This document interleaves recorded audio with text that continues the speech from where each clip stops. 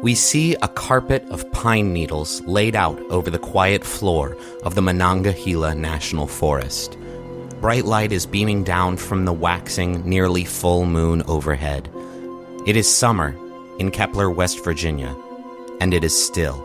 In this particular neck of the woods, not a creature is stirring. The tall pines all around are motionless, bathing in this moonlight. There are no howls from the forest's depths, no frogs rattling in the creeks that crisscross the terrain, no crickets whistling their summer song. Kepler is quiet too.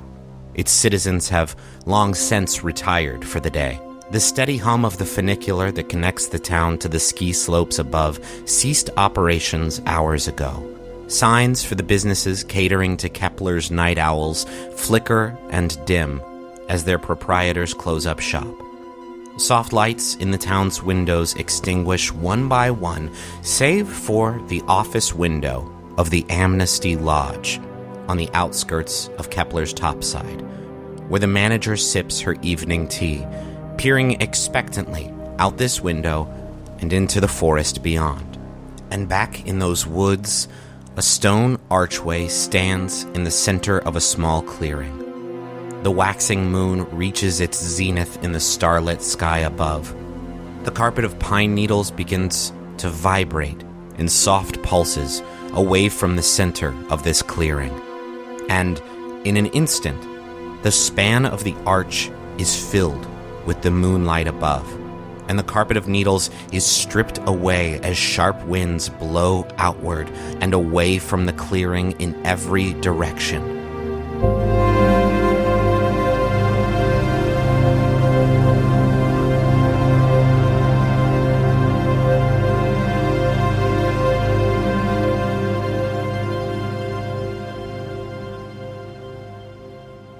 The moon's reflection on the archway dims.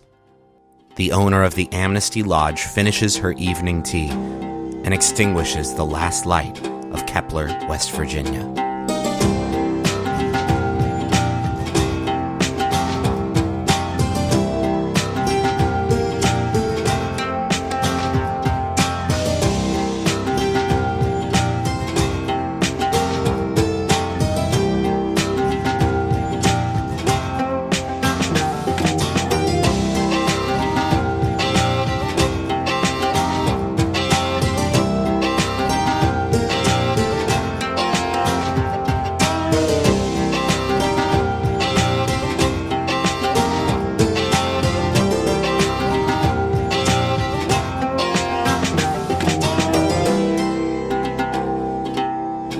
Previously on the Adventure Zone.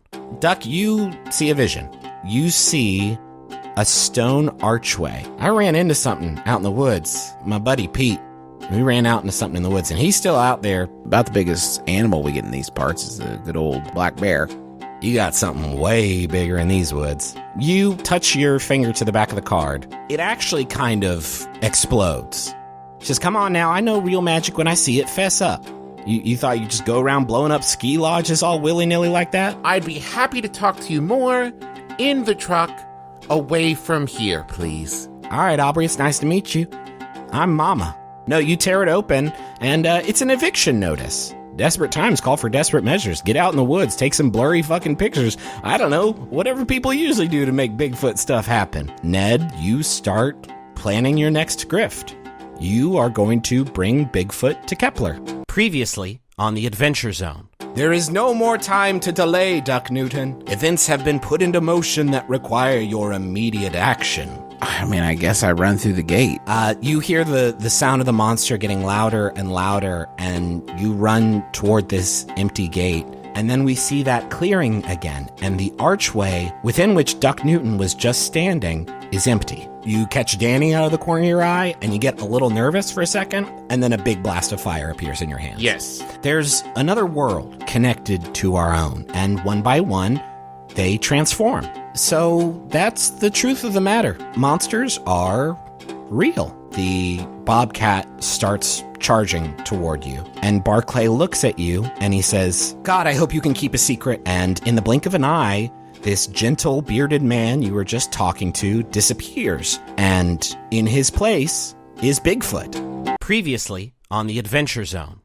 Where these gates appear on Earth, so do we call them abominations. I'm just as eager to avoid a war between our worlds as the next sylph, so you gotta promise me, Duck, you gotta forget this night ever happened. We've kept this gate a secret and Ned, you can see the gate right in front of you, and you can see it's sort of pressed into the fender of your Continental. Shit! The three of you survey this nightmare in an instant, and then it charges. Aubrey grabs the lantern from Duck and throws it at the creature's face. As this thing picks up the scent of a bunch of different animals, you see it whip its head around and look toward the direction of the jug. And there's a peal of thunder overhead, and then the skies open up, and it douses the flames that were spreading across the beast, which looks up at the sky and then back down at the three of you. Previously on the Adventure Zone. It's just kind of the one thing my mom took with her when she fell out with the family, the Flame Bright pendant. It's called the Flame Bright pendant. You didn't think that was germane? Where is your chosen weapon, Duck Newton? You know what? Honestly, it kind of creeped me out. So I had a friend hold on to it. I got in a little bit of trouble in my not-so-shining past. We can't let the folks of this fine town live in fear of some big monsters looking to do them harm. We are going to need to then set up some kind of oil and flame trap. I'll pop the top on the Lincoln and drive around until I lure him to the cave. Just watch each other's backs, play it smart, and I guarantee you we're going to take the night. Duck, where you going? I'm going to take back what's mine.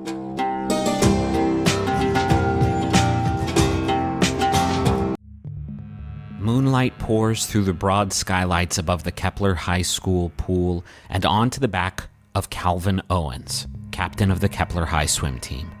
He cuts quiet laps through the water, training vigorously for the Pocahontas County swim meet, just 4 days away.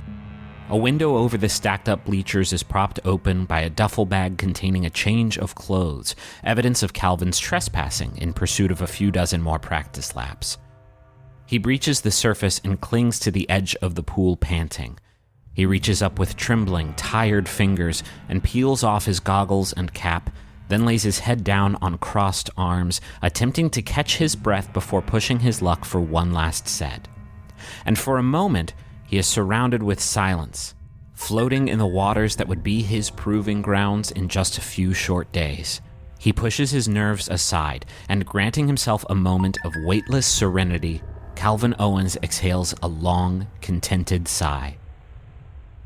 And then he is pulled violently below the surface of the water. And now the silence of the gym is nearly absolute. There's just the soft rustling of the pine trees outside and the small ripples that remain on the surface of the pool, which lap lazily against its edges. And then a splash as Calvin resurfaces, gulping air into his burning lungs as he lunges toward the ladder out of the pool. He leaps onto the edge and scrambles up the side of the bleachers, his body aching with exhaustion, and yanks his bag out of the propped open window, swinging his leg over its sill. But before he makes his escape, his curiosity consumes him. He pauses and surveys the waters below. His mind cannot comprehend what it sees. The surface of the water grows convex, lurching upward from the center of the pool and pulling away from its perimeter. It grows slowly like this until it forms a mound that reaches 10 feet above its former surface, and then, without warning, this shape begins moving in Calvin's direction. The window slams shut as Calvin springs outside. He hits the ground running and vanishes into the trees that surround his school.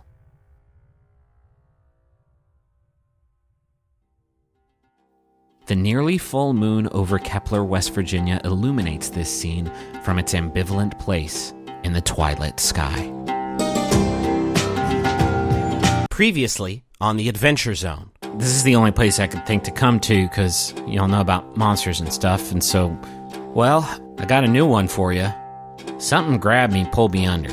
Y'all, I swear to God, the water of the pool started to lift up.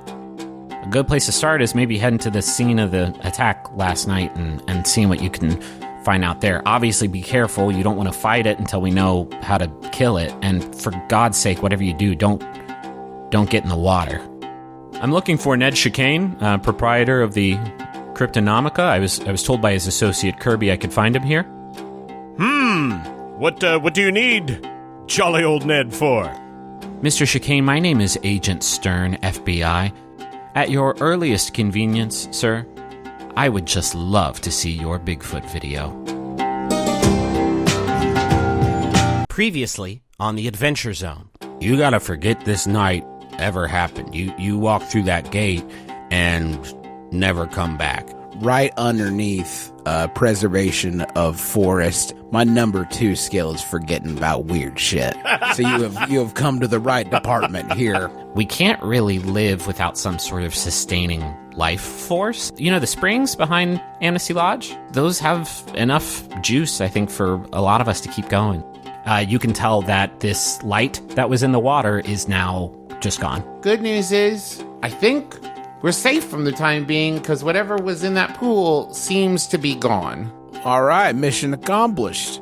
Well, Good work, Pine Guard, huh? then we've got the bad news. Which is? I think maybe it went into all the water, like in town. Well, fuck. Previously on the Adventure Zone. Moira, we need to get ourselves a magical, intangible weapon. I'm thinking it's time our friends here met the Enchanter. I know you're searching for answers about the origins of the magic that dwells within you. If you have the time, you may find it prudent to inquire about your abilities while in Sylvain. I understand you need to see the Enchanter, and I must also insist that you make your introductions to the Interpreter, as is custom for those who serve to protect Sylvain from the world beyond. A massive shape lifts up from the darkness below you. It is an unthinkably gigantic, gray, anthropomorphic cat.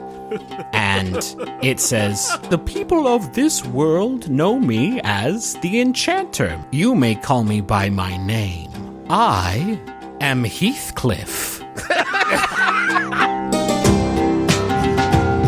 Previously on the Adventure Zone. I saw the pool that I've swum in every day. Last night it came alive. Was that real? Do monsters really exist here? It knows where you live now. I gotta close down the hot springs until we slay this thing, and the folks here, they need the springs to live. And I want you to enchant this Nerf gun that I acquired. It's a very historical piece. Very, very sought after. You are full of Sylvain's power. I had a big meal when I got here. No, that's... I don't know how you were so infused if you were born on Earth, but that is what I see. I can see it as plain as the stars in the sky. It is of the utmost importance that nobody else gets clued in, okay? My friend, discretion is my middle name. Previously on the Adventure Zone. You just see water. Then you see your body and you are face up. You look unconscious and you are falling. You will be unable to harness all of the elements until you stop thinking of them as primitive weapons and instead treat them as they truly are, as blessings from a cosmic force beyond your current comprehension. You mean H2O? That was fun. That was it! That's the one. Might be manageable, might be workable. If we can get it in the wave pool and turn it on, that's probably gonna, fuck with it, right? I'll shut down the supply to the water park, Duck. I gotta be on site for it to happen, but I can do it. But you gotta satisfy my curiosity a bit. I think you are doing a bit of monster hunting. And if that's the case, I got a follow-up question for you, I guess. Y'all hiring? Previously on the Adventure Zone. This computer used to belong to a dude named Thacker. He was with the Pine Guard from the start, too. He kept notes on everything they ever fought. About 6 years ago, Thacker took off in the middle of the night without a word to anyone. There's a lot of that going around these days.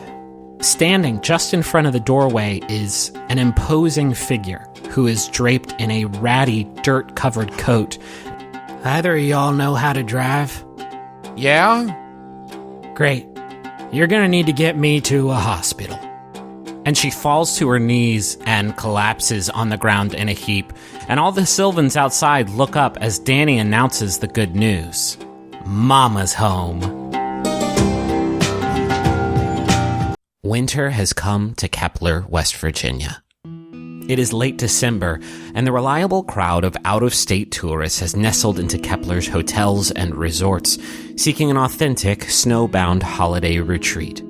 Twinkling lights cover the town's buildings and streetlights, and a freshly cut, garishly decorated tree stands in front of City Hall.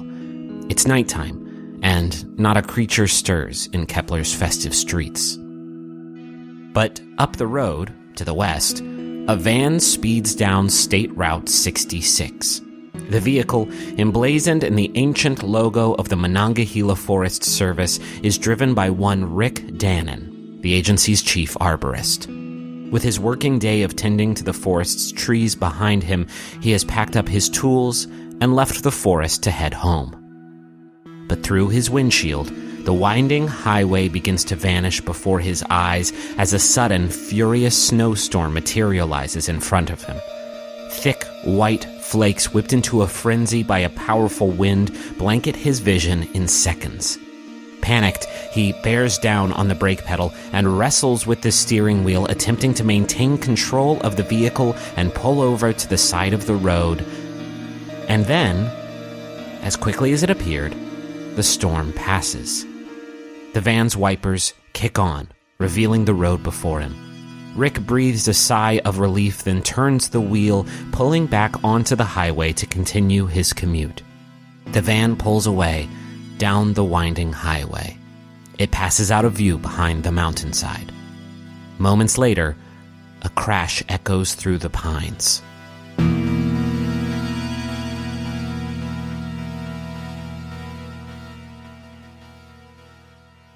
Duck Newton is pulled from his slumber shortly before sunrise by the ringing of a telephone. On the other end is Ranger Juno Devine. She informs him that Rick Dannon died last night in a car accident on State Route 66. No foul play is suspected.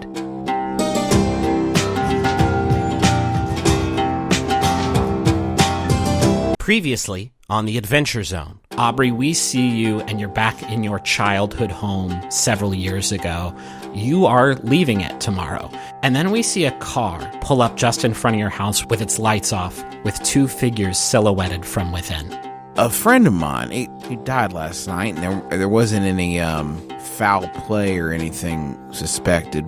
Looks like a bottle of Gatorade went behind the brake pedal, and so this really does look like an accident. You all see a figure on the side of the road wearing a brown robe. It's got these two large bags. There is a payphone, and it starts to ring. Go for duck. In 3 minutes, your friend Leo Terkesian is going to die. He will be crushed to death, as will the two customers currently shopping in his store. You might want to do something about that. Previously on the Adventure Zone. I think you are surprised when you cut clean through the pole. Whoops. And with that, the wind finally catches the Pizza Hut sign like a sail, and it falls over into the store. Rocketeer that motherfucking sign off my dome, man. Are you sure you don't want me to, bring it to you? No, I'm not fucking sure, but this is the best shot I got. Come on. You are instantly unconscious from this huge amount of blunt force trauma you experience. The number that called you, it was from the Eastwood Campground and RV Park. You hear the phone ring inside of Ned's room. My name is Indrid Cold. I'm known as something different to the folks of this area. I don't prefer this title myself, but, well, I'm the Mothman. See you tomorrow. Previously on the Adventure Zone, you hear music coming from Minerva. It's like a sad and beautiful, acoustic blues tune. You see a black Imperial Crown coupe wrapped around a tree. In the driver's seat is your accomplice. And pack and fill my pockets, and then I got to run into the woods. I think you are surprised when you cut clean through the pole. Whoops. And it falls over into the store. The counterweight and the tram and your car kind of tied up in this cable are very, very slowly skidding to a halt. Beacon has now coiled its way around the goat's throat. Y'all don't know me. Listen, I would not just kill your friend lying here unarmed to the ground like this. But I most definitely would.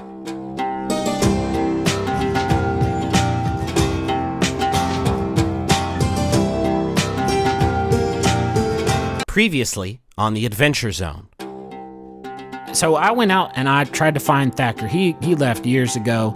He kept records of his studies in his journals. The van is empty. All of these supplies and all of these tools are gone. They are not in the van. We got to get this thing back to the lodge. Or this person. I know, but look at it, man. It's going to die if we don't do something. I would like to speak to this creature. You see this faint sort of orange light pulsate out of where Aubrey touches this goat man. And the goat man stands up from the table and sort of gets yanked back by the handcuff attached to its wrist and looks at you, Duck, and he smiles and he says, Duck! Previously on the Adventure Zone. You melt the snow in front of Keith and he eats shit. And then he stands up, looks back at you, Aubrey, and is just kind of staring at you dumbfounded. We got to get this thing back to the lodge. I know, but look at it, man. It's going to die if we don't do something. Hell, we got veterinary equipment down there. You were targeted. That means that there is a motive behind these attacks. What if Billy and the other two, they're just like the foot soldiers? Why was the funicular attacked? Your friend was there, and she's an employee of the Park Service, but what does that have to do with the general store? I take it out of his mouth and I slip it onto his wrist. He transforms. Do you want to decide what he looks like? Yeah, he looks exactly like Ryan Gosling. Duck Gosling is what we'll call this art. Yowzers. Ba land.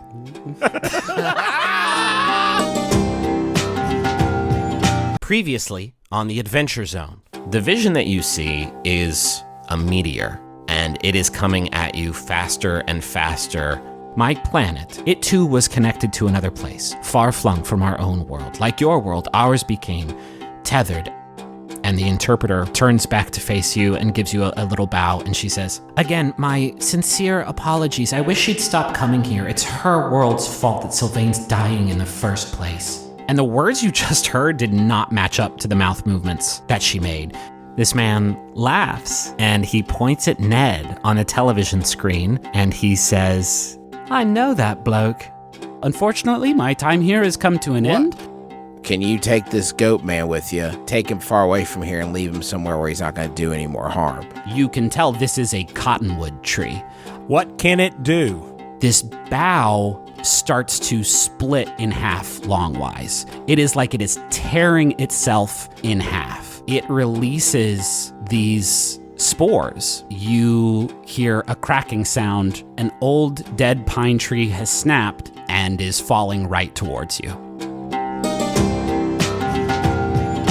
Previously on the Adventure Zone. And as you come to, you see a black Imperial Crown coupe wrapped around a tree. Well, sorry, old friend. I got to run into the woods. It is a note written on the back of a Cryptonomica postcard. "For my cut, not quite even yet. I'll be in touch." As you reach toward the crystal, the prevailing feeling that you have right now in this moment is one of absolute certainty that you are dying. As you fall, you land in a flower bed. Your right eye is now this dark orange hue. Surely you saw it, Duck, in your vision, the meteor. Yeah. It was coming for me. You need to finish what I started. Go to him. you see the face of the person holding this blade. Leo Terkesian, your neighbor and friendly local grocer, clears his throat and says, "We should probably talk."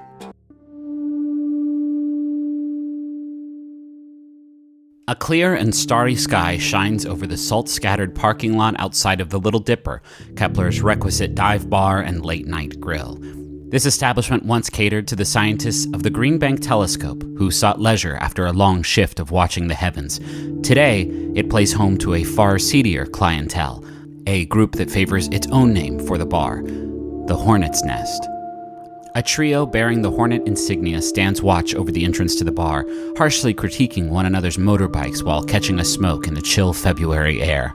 One Hornet, the largest among them, tells a joke too foul and convoluted to repeat. His smaller subordinate bellows out a hearty laugh. The third, though, is distracted by a figure approaching them from across the parking lot. This Hornet boss, known as Hollis, is transfixed as the figure enters the bar, their footsteps crunching through the half-melted slurry that forms a moat around the front door. It is 1:17 a.m. Their associates' uproarious laughter fades into the background. A silence floods Hollis's mind. Their face goes hot and numb, their heartbeat loud and erratic. They are not startled by the screams coming from within the bar. In some way, they expected them. A bloody body smashes through the window beside them, toppling over the parked bikes outside. Hollis charges against the tide of fleeing patrons. Their lieutenant, Keith, lay unconscious and trampled on the floor. Above him, the figure stands victoriously on a shuffleboard table. Viscera pours through its gnashed, smiling teeth. In its hand, its claw, maybe, the figure holds a hornet too mangled to recognize. Hollis reaches above the bar and grabs a baseball bat. It is 1:20 a.m. Hollis's bike weaves through the trees of the Monongahela forest in pursuit of the figure. Even on foot, this being outpaces them. The bike skids to a halt as Hollis reaches a clearing in the woods, a large, circular gap among the blanket of pines. They scan the perimeter. They catch their breath.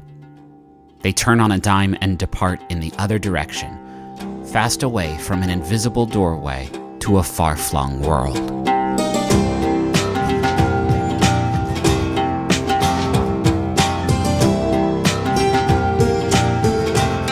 Previously on the Adventure Zone. Yeah, obviously, I guess y'all heard about it. Hornets got attacked. Someone came in the bar, just made a mess of things. We got 2 in the morgue. And it says they followed whoever did this up into your neck of the woods. One of these hornets had a big, chunk missing out of his neck. It's like this blonde lady. I saw her again, but this time, she was way different. Parked in formation in front of Amnesty Lodge is a fleet of 20 motorbikes ridden by hornets with Hollis at the lead. So Keith told me everything about the monsters. Told me that you all work to fight them and keep it a big secret. Good news. You don't need to know what I'm talking about anymore. You all are relieved of duty. We'll take it from here. Previously on the Adventure Zone. If there's anything you know, anything that sounds beyond belief, I am all ears, Ned Chicane. Sheriff, I'm not sure what I can tell you because I'm kind of clueless. It's like this blonde lady, just about Tim's size, I would say. I saw her again, but this time, she was way different.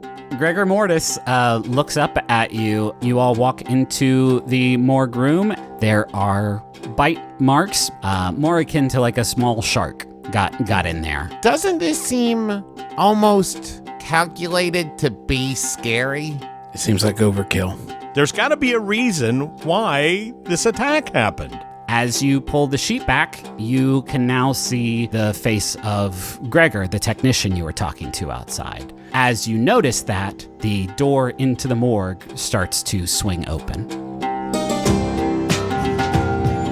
Previously on the Adventure Zone. And now standing before you is this hideous, tall, hairy creature It is what you maybe would have considered before you met the real deal. It's Bigfoot. This thing pushes Ned through the rift and follows behind, and then the rift disappears. Everybody in there sees Dewey get flung into the room, badly bloodied at this point, and Sheriff Owens runs and jumps in a squad car and takes off in hot pursuit. I'm going to grab onto the back of Sheriff's car. Also, you are standing in a virtual space. You feel this electric shock at your neck. You are in what appears to be the decrepit lobby of some sort of hotel. The being has just stepped through the rift. It perches itself on the edge of the table and then dives claws first in your direction. Previously on the Adventure Zone. You steal Shade Tree for me, and I'm out of your hair for good. And as you are trying to rouse Leo back to life, a beam of light shoots out of the tip of the antenna, and as it does so, you wake up. And she pulls out this dark blue book. You can't really tell what it says. I'm scared of what they might find out. I'm scared of war between our worlds. You are through the rift, and now you're standing in front of this barbed wire fence surrounding the Green Bank telescope. You can read the emotion on this Bigfoot's face. It is frustrated, and then it looks over and it sees you and it smiles. And then this figure looks up at you, and she just has these bright orange glowing eyes. And this fog has fully taken form. It's Deputy Dewey, and he's a ghost. Previously on the Adventure Zone. You can't just hop on the local news and say, oh, by the way, there's abominations out there, but please stay calm. Why can't we? He opens the safe. Yeah, you can do it with your eyes closed. You reach down and carefully remove Shade Tree. Should we look for Ned? I'm, of course, worried about Ned. Where is Ned? But should we look for Ned? I guess you and I are taking a road trip up to the Green Bank telescope. I didn't have a vision about me beefing. It's about you. I'll just go and see what I can find. I do this on one condition.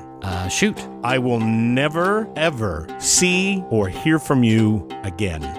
Ned, I can guarantee that. And he shuts the door. He walks away and vanishes into a rift in the fabric of reality. And on the floor of the closet lays a body. It's the body of Boyd Moshe. Previously on the Adventure Zone. Duck, you are headed to the Green Bank telescope, correct? Sans Leo. Yeah, I want to listen to that. You recognize this song as the song that you heard whenever Minerva would show up to talk to you. And from the security room, an alarm begins to sound. You actually are sent sailing backwards into a coffee table. You feel something sharp, a not insignificant splinter of wood in your leg. You haven't seen it in years, but it is right here. You find the flame bright pendant. And then you see yourself on the television. Oh, shit. The monsters are real. Tonight, when the moonlight falls upon the gate, it will open. I will be there, armed and ready to defend my home. Will you? Previously on the Adventure Zone. Minerva was talking to us through a little, barely there even, little wormhole that was sort of inside our brains. Mm-hmm. And this book you've just happened to find in the woods, this word means sacrifice or transaction. One of those is way worse than the other one. You see a figure lying in this bed, their entire body is just in this cocoon of light. You know, one last thing, Ned. Before you run, you might try to clean up a little bit of the mess you've made. Why would you stir up a fight that's going to destroy so many lives? That doesn't make any sense. Not to you, obviously. It doesn't make sense to the spider when you step on it, but some spiders need to be stepped on. He pulls the trigger on the Nerf blaster. This figure just effortlessly throws Leo 10 feet through the air. We see Dr. Sarah Drake, and then we hear a voice speaking to her. Hello, Earth scientist. I need to borrow your corporeal hands for a minute. So I hope that this tells you everything you need to know. It's the middle of May. 1989. The wildflowers have just begun to bloom in generous patches throughout the Monongahela National Forest, attracting legions of locals and visiting hikers alike to the deepest, untamed reaches of the woods. It is, without a doubt, the busiest time of year for Arlo Thacker, founder, president, and sole employee of Kepler Expeditions. He's an outdoorsman for hire, sometimes a spelunker, sometimes a whitewater rafter, but in the spring, he's nearly always a trail guide. We see Thacker wrapping up a wildflower tour of the Monongahela with a troop of students from Pocahontas Middle School. Scores of children are lining up behind their respective teachers, preparing to file back toward the buses. One teacher's count comes up short. A young girl from the 6th grade class isn't with the group, Thacker. This is bad for the 6th grade teacher at Pocahontas Middle, and very bad for KepX's brand optics. What does Arlo Thacker do? Previously on the Adventure Zone. And you are being whipped around the room. You're caught in just this whirlwind storm emanating from the center of the room. And right there at the center, you see a bright red sphere. Duck, you see the top side of town. It is 9:35 p.m. and this makeshift canvas installation just explodes.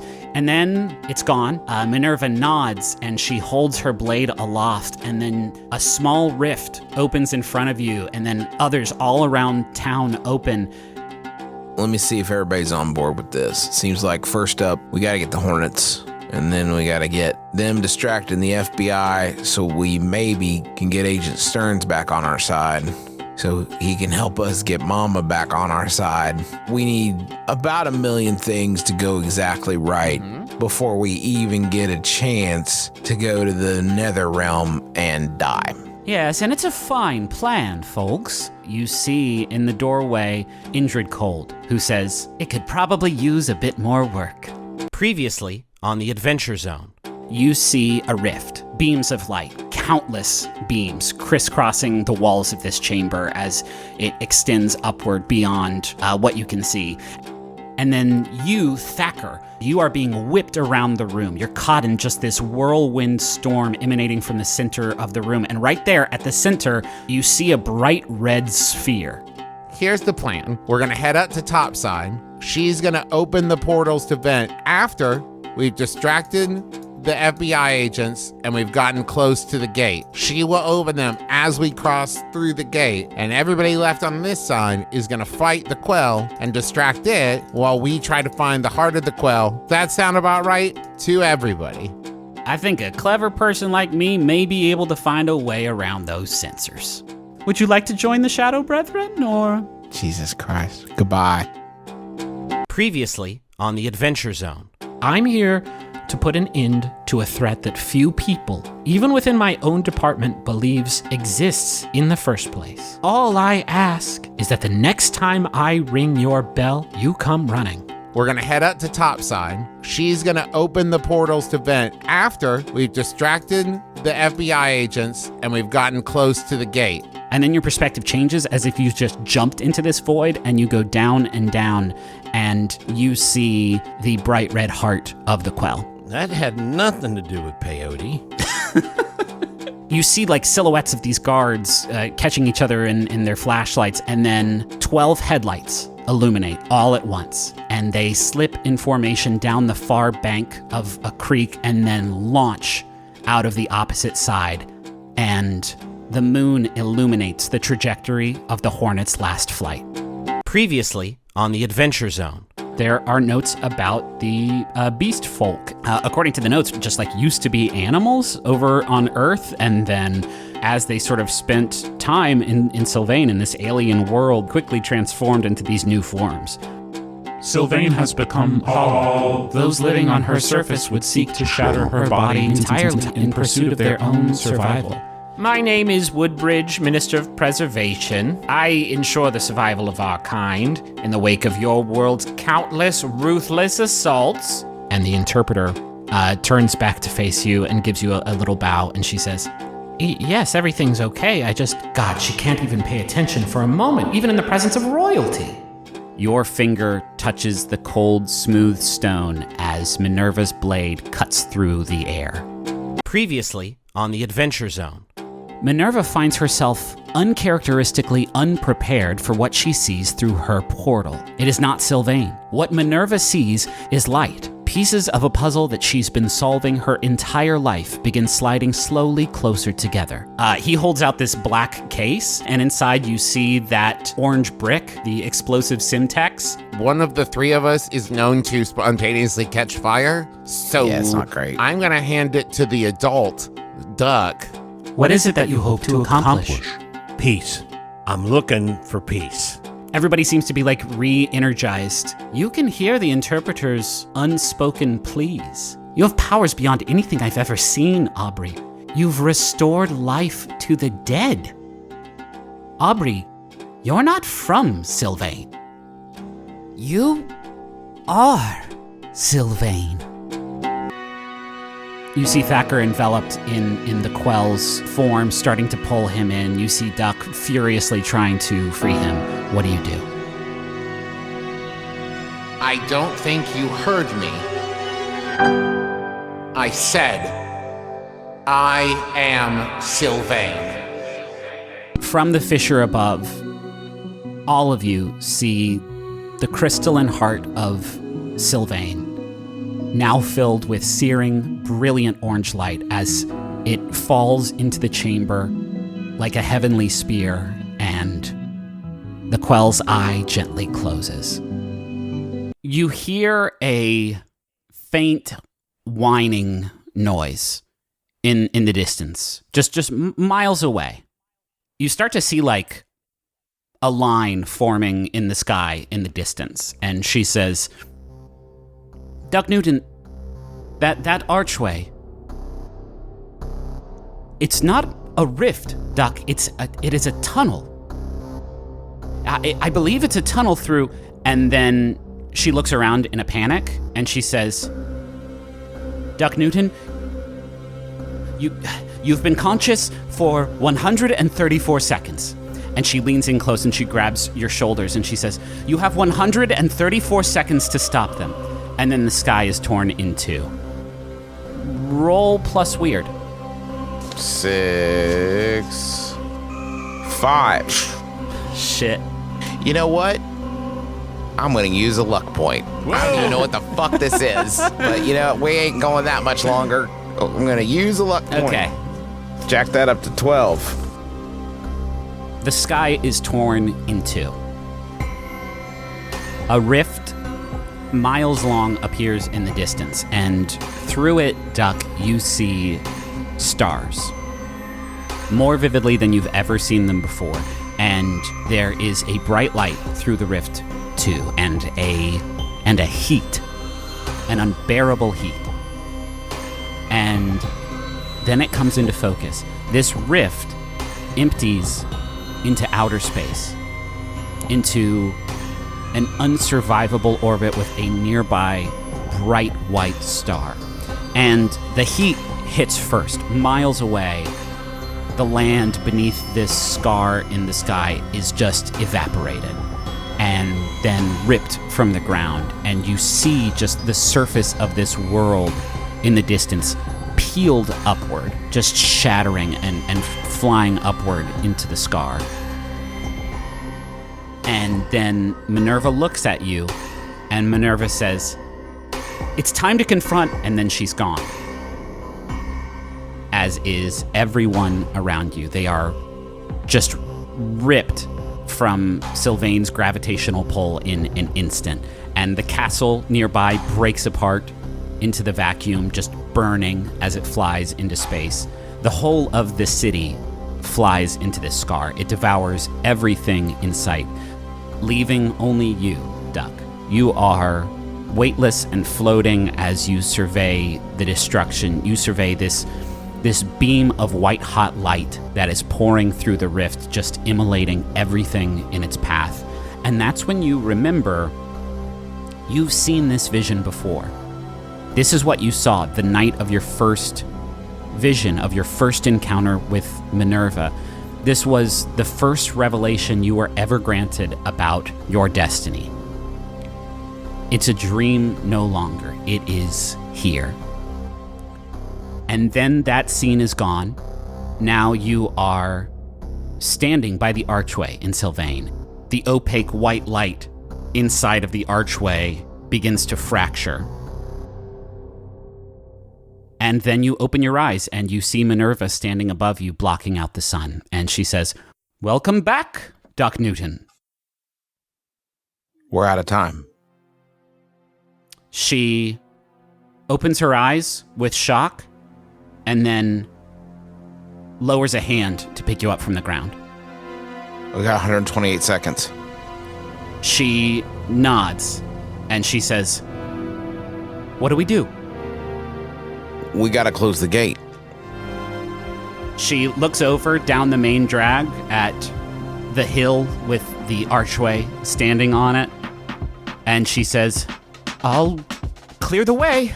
And she begins just charging down the main drag, just knocking everybody out of the way in almost a football play, just barreling through, making a line for you. What do you do? I'm just charging after her, just following in her wake as we run to the gate, and I'm screaming, "Anybody, please, for the love of God, come on, anybody, we gotta close the gate now. We have 108 seconds." As soon as Duck and Minerva starts running, I'm going to say that Aubrey just goes. Okay. And Thacker follows. Mama does too, for sure. Mama follows, and Agent Stern follows after. Vincent also stands up from where he was standing over Alexandra and begins charging after, yelling "Clear the way! Move! 98 seconds! You charge down the main drag, and hearing Vincent's voice and seeing this enormous woman charging towards them, people start to jump out of the way as your group charges upwards, up the stairs, up to the plaza with the archway. Minerva says, "What did you see, Duck? What did you see?" They're opening a fissure, and it's gonna suck everybody the hell out into space. It's bad. It's real bad. What do we do, Duck? We gotta close this fucking gate. Vincent, is there a spell? Is there a way to close the gate? If there was a way to close the gate, Aubrey, we would have done it long ago.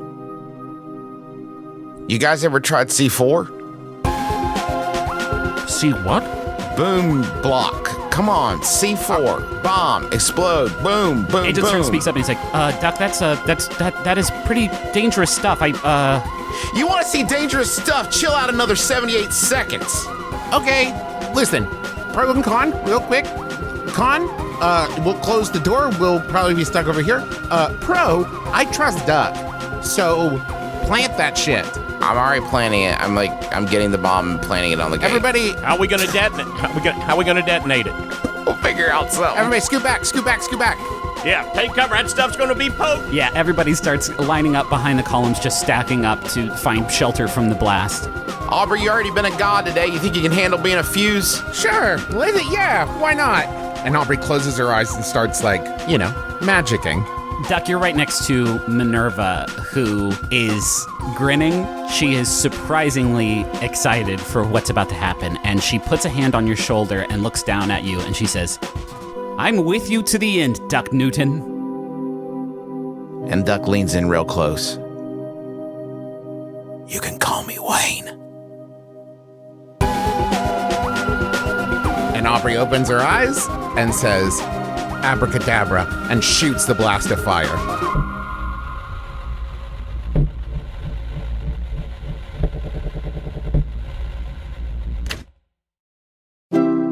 MaximumFun.org. Comedy and culture. Artist owned. Listener supported.